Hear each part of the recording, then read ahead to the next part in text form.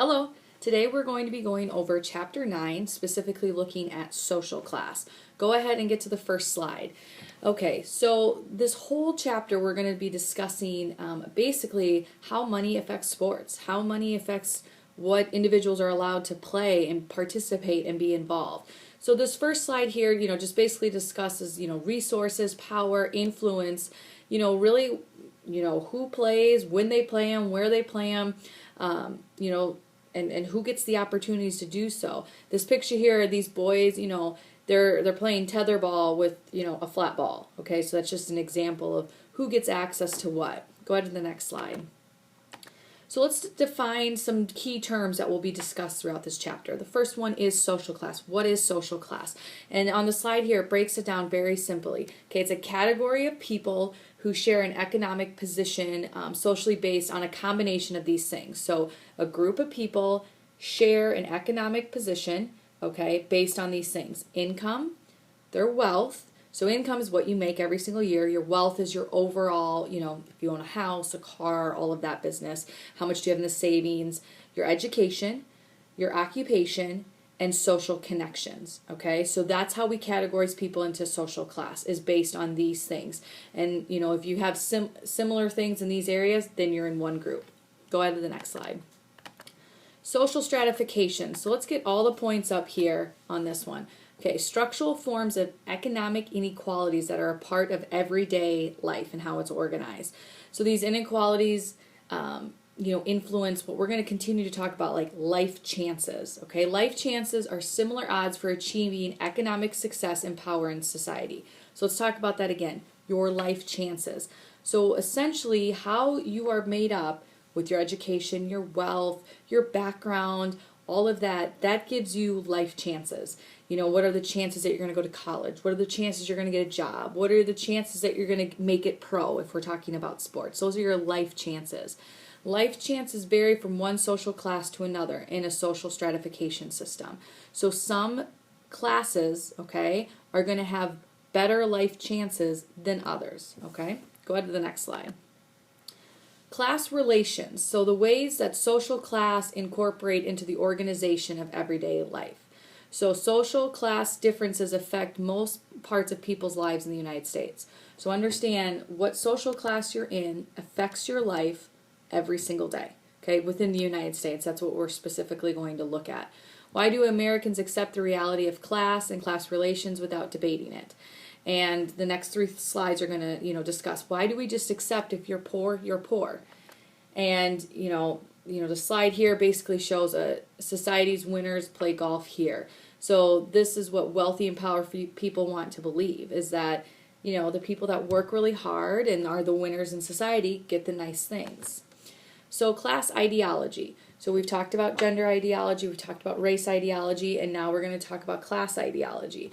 So it's broken down again, key terms to understand: ideas and beliefs, okay, that understand economic inequalities, identify their class position, and essentially evaluate the impact of inequalities on the organization of social worlds. Go ahead to the next slide.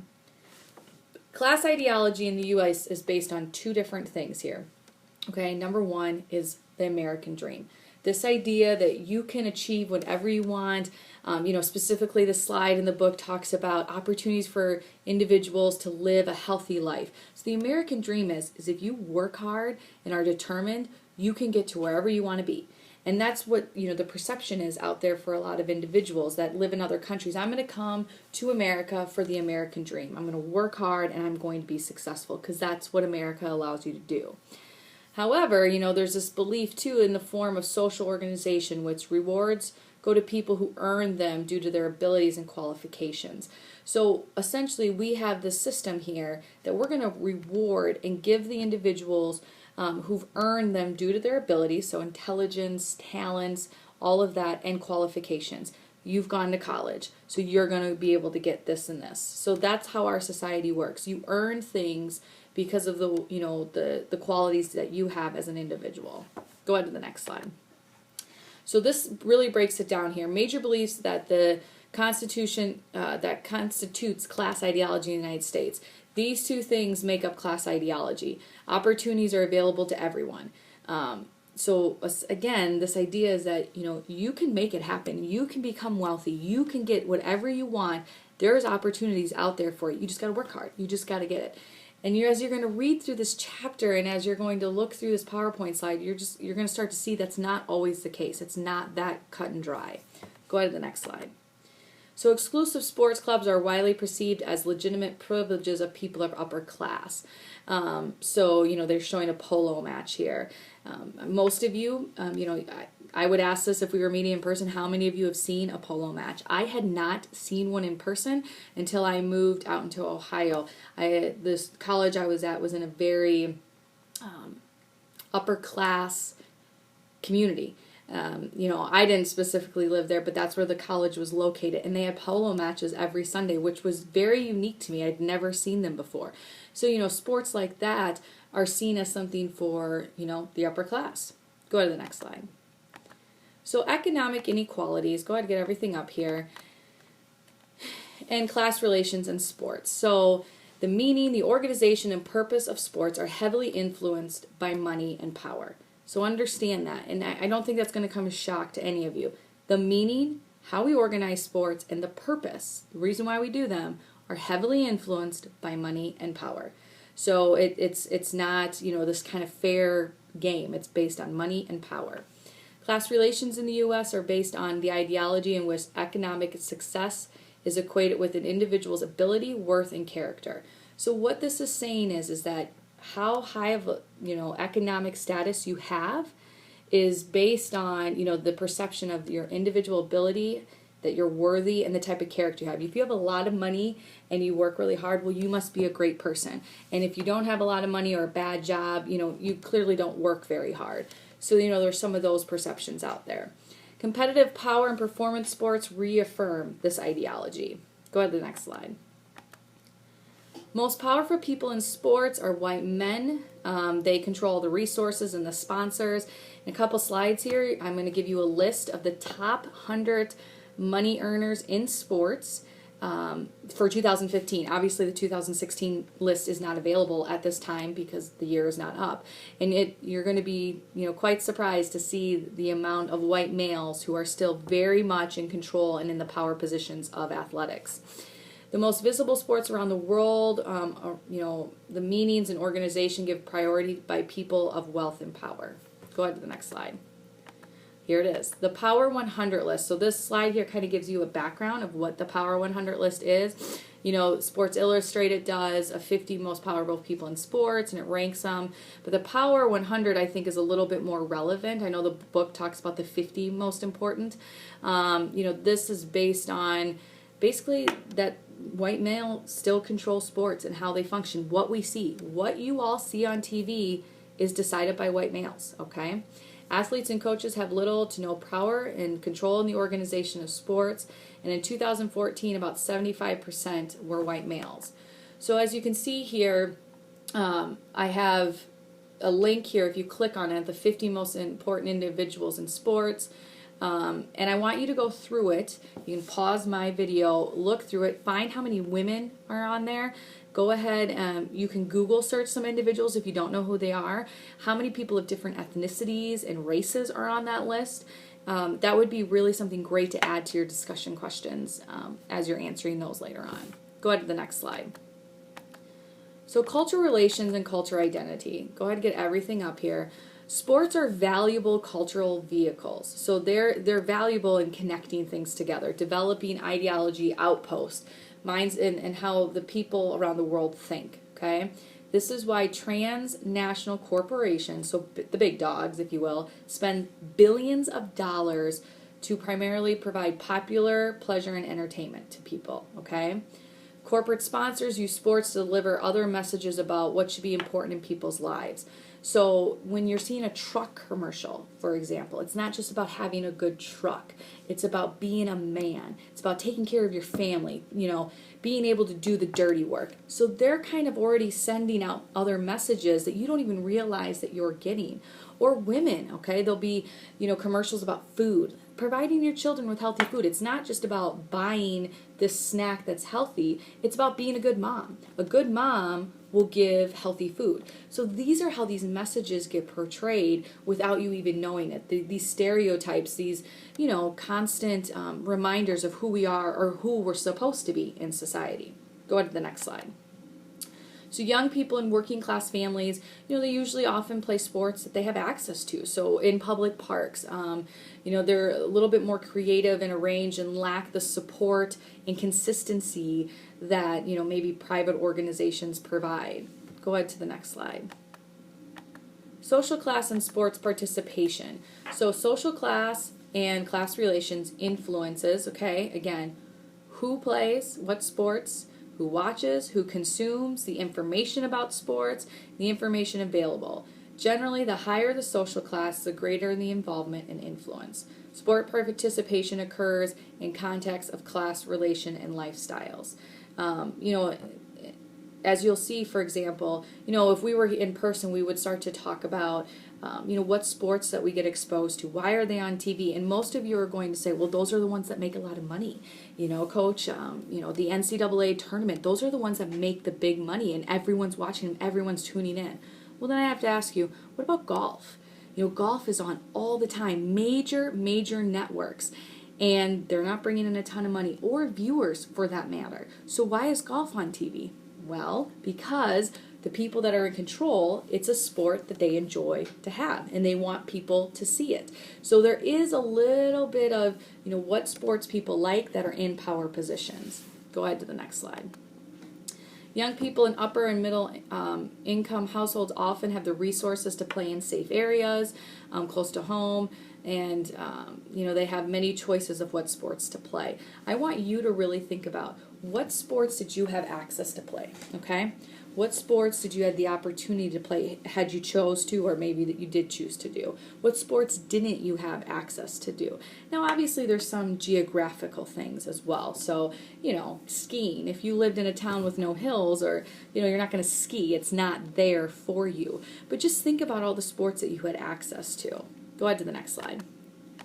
Public money and private funds. So this slide is essentially talking about public money and how it's used. So sports venues are sites for transferring public money to wealthy individuals by private organizations, okay? So what it says here, first, they use sales taxes to build facilities controlled by T-Mobile and private corporations. So literally, these stadiums are getting built, okay? And we'll get into it in the next couple chapters. Stadiums are getting built.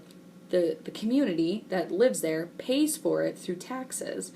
And then you still have to buy tickets to go to those games. Things like that. Funding construction with tax-exempt bonds purchased by wealthy investors. So they get to build these, brand new buildings with tax exemptions. They don't even have to pay the city to do things, because of what it's going to provide the community. Discount property taxes for sports facilities and development around the stadiums, granting tax deductions for tickets purchased for business purposes. So wealthy people who buy big bulk tickets, the luxury boxes, they actually get deductions in their taxes because it's business related. Where the rest of us, if we just go to a game, we can't write that off as a tax. I can't write it off as a Wartburg soccer, tax, like a work event, but these big organizations, they can do that. So these are all the different ways that wealthy people are saving money, by using public dollars. Go ahead to the next slide. So remember earlier on a couple chapters ago, we talked about how all of the ideologies are going to integrate with each other. So this is one way. Now we're going to look at class and gender. How do they integrate with one another? So women and girls in low-income houses often face the greatest constraints to sports participation, okay? Boys and girls from higher income families seldom face constraints that interfere with participation in after-school, summer programs, camps, and leagues. Think about why would that be? Higher income families, they seldom face constraints. Well, if they're higher income, money's not going to be a factor when you're talking about paying for these events, okay, for the summer programs, the camps, the leagues. The other thing is you're going to have rides. You don't think about that, but, parents that have lower income family work different types of hours, have difficult times getting kids to and from practices. Maybe it's a really far drive. So, think about that, rides. So think of, for yourself, did you and your family face any constraints when you were trying to participate in sports? And how did you overcome those constraints, or did you not? Did you ever even think that there would be an issue? Were you given access to do, almost anything that you wanted to participate in? Go ahead to the next slide.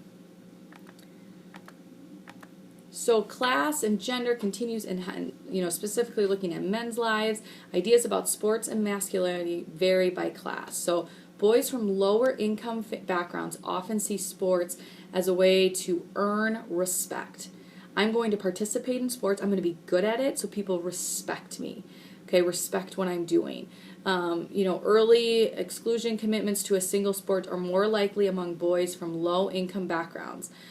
This is a reflection of life chances. So what they're saying is boys that come from single or from low income families decide to play one sport sooner because of the life chances. They're like, okay, listen, if I'm going to make it, I'm going to put all of myself into baseball. I'm going to give everything I can to baseball because this is going to be my opportunity to get to college, to get to the next level. So you're more likely to see, boys do this in lower income backgrounds. Go ahead to the next slide. Social class and gender and race. Now we're going to talk about race and ethnicity here.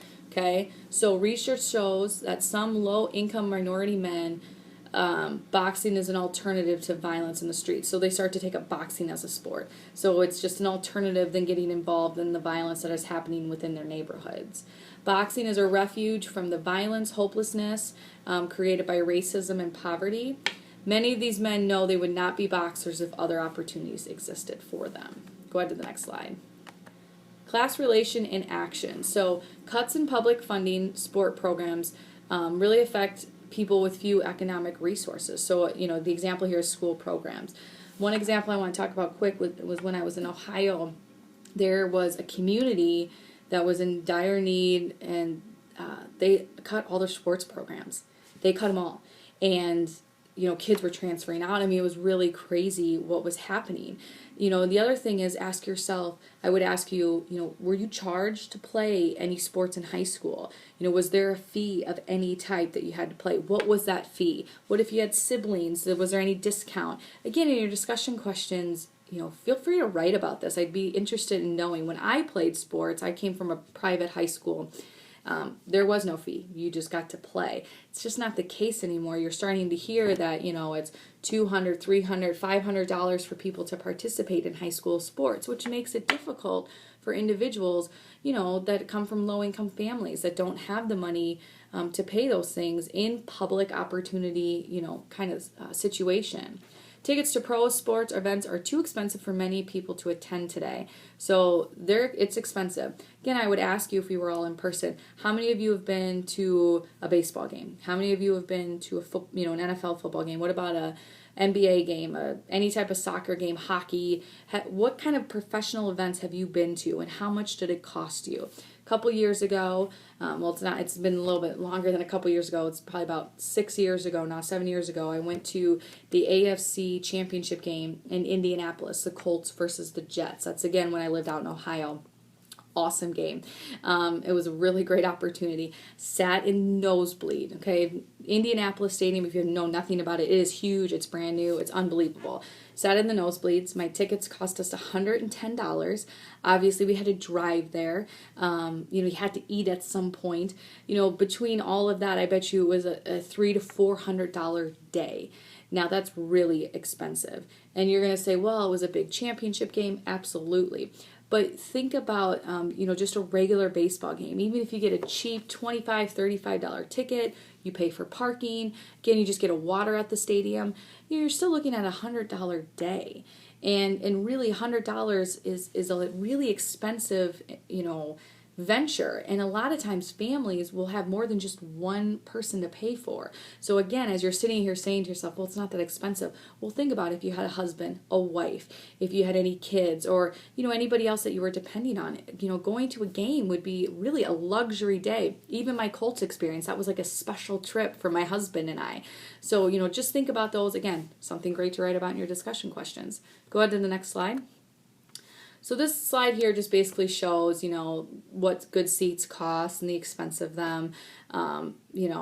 some of these stats are old. There's not a lot of new ones out quite yet. The 2014 cost of these tickets has increased since 2008, but family income has not. So what they're saying is it's getting more expensive to attend these games, but our income as a whole in society has not increased. So go ahead to the next slide. Global inequalities in sports. People in the U.S. on average, that we live on $60 a day, okay? In other countries, in 39 less developed nations specifically, people live on 58 cents a day. Okay, so that's to give you an idea. On average, in the United States, $60 a day to live. Now, again, don't think simple. Don't be like, well, I don't eat $60 worth of food. We're talking about housing. We're talking about your car, talking about the internet, the cable, and then include food. It costs roughly, on average, for a person in the United States to live, $60 a day. It's unbelievable. An example, in 2008, Tiger Woods made as much money as 200,000 people in less developed nations used to live for an entire year. Okay, I mean that's really unbelievable. One stat I kind of went by was 50% of the world's population live on less than $2 a day. Okay, sports participation is considered a luxury over in half the world. Really think about it in our society. Participating in sports, that's just something that we feel everybody should have access to, and that's something that everybody should do. Well, in most of the world, it's a luxury. Like if you get to play sports, wow, like that is unbelievable. So the mentality towards it is quite different. Go ahead to the next slide. So this slide has a lot of information on it. I know that, a little too much. The global inequalities of Olympic and Paralympic sports. So basically it just talks about how the wealthy nations, they tend to win the most, which isn't shocking, okay? The 2012 games in London, obviously we have the new Olympics coming up in August in Reno, so, it'll be interesting to see what those stats look like. But 80 of the 204 participant nations had never won an Olympic medal. 80 of the 204 have never even won a medal. I mean, that was in 2012, okay? 51 had fewer than 5 medals in Olympic history, and many nations had not won a medal for at least 40 years. The United States, with its wealth and population, has won 2,549 medals. And, I'm a competitor. I love winning. I'm always cheering on the United States. And when you see stats like this, it takes a step back. And instead of being, proud, like, oh, we're the best country, I'm like, oh, well, we have the most resources. We should be winning. That makes sense. It isn't just about us being superior athletes. It's because we have the resources to prepare for events like this. Go ahead to the next slide. This slide here in the book talks about, something that maybe some of you have never heard of. There's an annual Homeless World Cup where it allows homeless people to get together and play. It's just one of the events that allows individuals who don't have the resources to compete on a higher level. Go ahead to the next slide. It's a really sad slide, okay? So just to do what?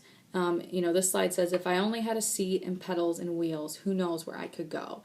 So to simplify this slide is basically saying you still have to have some tools in order to be successful. It's not just about, wanting it or working hard or, being determined. There's more that goes into it. You have to have some access to resources to support what you want to achieve. Go ahead to the next slide. Economic opportunities in sports, get everything up there. Career opportunities are limited for athletes. They are short term. The odds of making big money are so low that nobody should bet much on them. So essentially becoming a professional athlete and making a lot of money, the odds are incredibly against you. Opportunities for women are growing but are still very limited. And opportunities for African Americans and other ethnic minorities are growing but remain limited. So we're progressing, but we're still at a very, very low number. This slide I love to show, okay? Estimated probability of competing in athletics beyond the high school level. As a coach, obviously, I do a ton of recruiting, and there is a perception out there that a lot of individuals get scholarships. You all might think some of your friends or people that you know have gotten full rides to school. Well, that's just not the case, okay? The breakdown of it is very, very little. So, let's look at this.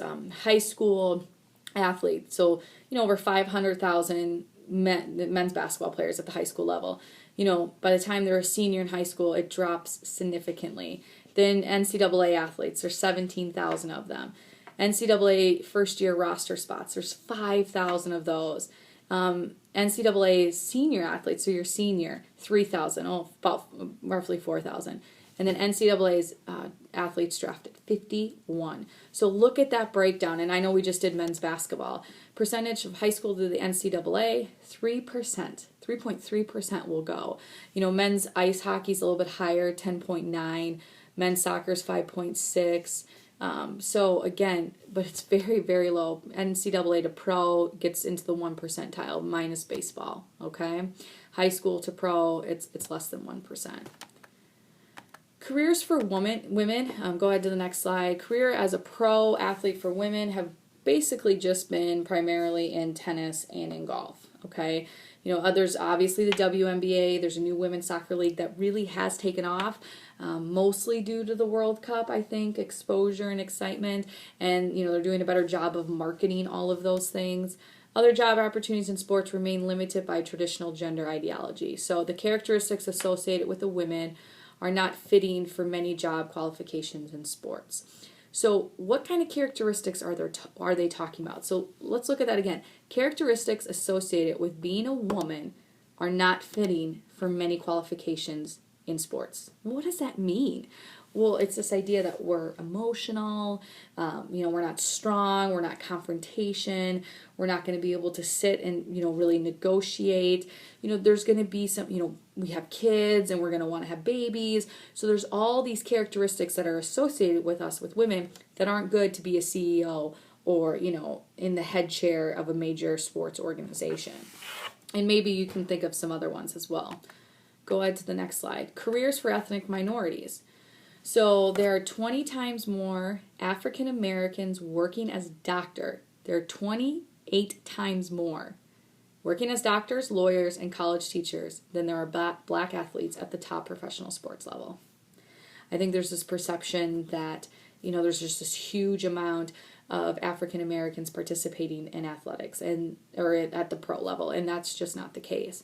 Ethnic minorities have faced entry and retention barriers in the past, and employment barriers for ethnic minorities remain in sports, especially in off-the-field positions. So there's a ton of barriers for people of ethnic backgrounds other than, Caucasian, to really break into the field of opportunities that are off this athletic field. So, again, in any type of sports organization, coaching, all of that.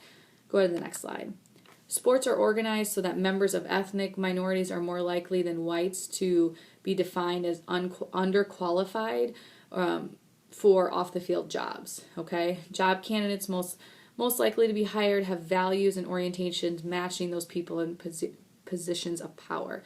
So when you're in a job interview, for example, the person who's interviewing you is most likely going to hire somebody that matches their values and orientations, your background. Where did you come from? How did you get to this point? And if you don't match how I did it, I don't know if I like it. And, being somebody in, as a head coach, I've had to hire assistant coaches.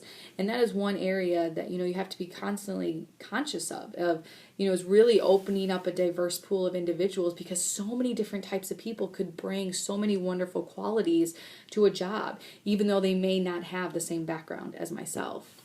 The values and orientations of ethnic minorities are seldom part of a culture in sports organizations. Go ahead to the next slide. So here's a photo. The book, I put it in here. The book has it too. It just says that even though this photo looks very diverse, it actually is really misleading because there's very little diversity in U.S. tennis. Go to the next slide. There's rare exceptions. Natalie Randolph, an African-American coach, coaching boys high school football team in Washington, D.C. There's new women that are in the NFL. There's new women that are in the NBA. It's very few. There's one or two. That is it. If you're interested, Google them, find them. They're going to be easy to find. So we're breaking in a little bit and allowing, individuals to really be hired based on their qualifications as they are as an individual, other than just the background that they come from. Go ahead to the next slide. Occupational careers among former athletes. So former athletes experience career benefits from playing in sports, okay? And this could be some of you as well, because if you're a college athlete, you may benefit. If they learn interpersonal skills that carry over to off-field jobs, people with power and influence to find them as good job prospects because they're athletes. That's huge. I'm going to be honest with you. A lot of companies love when they hear individuals played athletics in college because they assume some of these qualities are going to come out. They're hardworking, they're going to be organized, they're going to be responsible, they'll take accountability, some of those things that they feel that sports teaches people. They can use their sports reputation to create publicity needed to achieve career success. They are well connected with others who provide opportunities to advocate for their interest as well. Go ahead to the next slide. Research suggests that playing sports may be related to success when, it enables people to complete degrees, increases support from others who foster overall development, provide opportunities to develop social networks, provides material resources and guidance on how to use them, and expands experiences, identities, and abilities unrelated to sports, and does not lead to serious injury. Go to the next slide. Changes that have increased the likelihood of an athlete's career success, increase in salaries have occurred since the 70s, increase in visibility and name recognition. Obviously, we're all exposed to athletes. Increased awareness among athletes that resources must be managed carefully to maximize opportunities in the future. So there's some challenges, though, once individuals retire from sports. And, they're going to specifically be talking about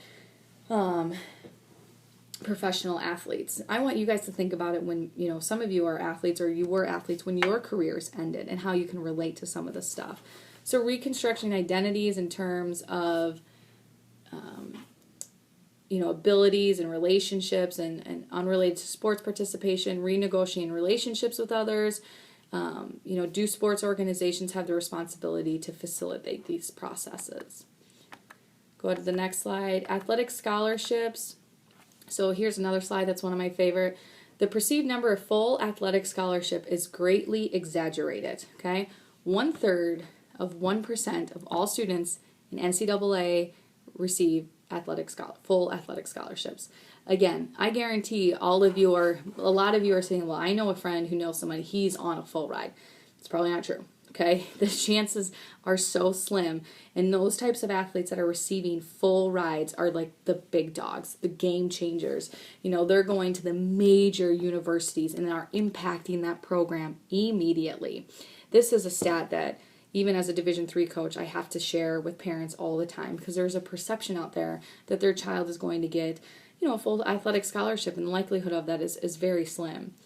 Athletic scholarships are awarded year to year, but athletes are obligated for 4 years. So what happens is you are reevaluated at the end of your year, and your scholarship then is renegotiated, essentially. And there's a lot of rules and regulations, and we could get into all of that.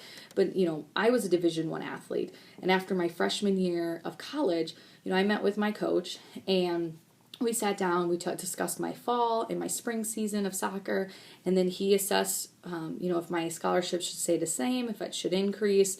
I was lucky enough, mine increased. But then I went back to my apartment where I lived with 3 other soccer girls, and 2 of them did not increase. So really awkward, horrible thing to be a part of. But I was committed to this college. So for 4 years, I had to play there. That was according to my contract. But at any point, they could readjust what they were giving me, which, this is where the big controversy starts with NCAA. Class relation and ethnicity is related to those who receive athletic scholarships and in what sports. Many students with athletic scholarship would attend college without such aid. Listen to that again. Many students with athletic scholarships would have the opportunity to attend college without such aid, which is key to know because there's a lot of students who don't have the opportunity to go to college because they don't have the resources. But these athletic scholarships are going to individuals that can afford it, that could pay for it.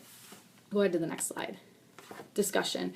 So social class and, college sports. Basically, college sports offer the best odds for scholarships are played primarily by young people from upper middle class families. Okay? So the individuals who are receiving these athletic scholarships typically are coming from upper or middle class families. Revenues generated by black male athletes often pay for the scholarships received by white athletes from well-to-do families. Okay, so these are some of the arguments that they have. And, this quote up here is, beneath the layer of sports and entertainment are a bulk of college students, well-off and white.